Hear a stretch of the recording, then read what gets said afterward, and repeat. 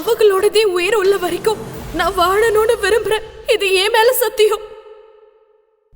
தயவு செஞ்சு என்னையும் அவங்களையும் பிரிச்சிடாதே அம்மா.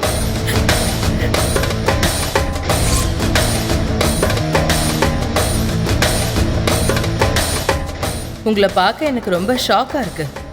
உங்களை கடத்திட்டு போய் ஃபோர்ஸ் பண்ணி உங்க கழுத்துல தாலி கட்டிருக்காரு சிவா.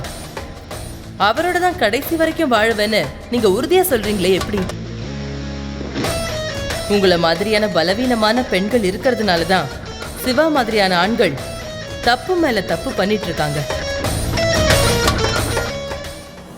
சிந்து, நீங்க சிவாவோட வாழணும்னு நினைச்சாலும் கட்டாயம் அவரோட வாழவே முடியாது.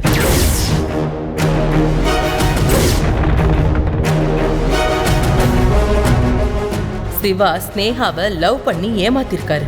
அவருக்கு இந்த கேஸ்ல பெரிய தண்டனை கிடைக்க கட்டாயம் வாய்ப்பு இருக்கு.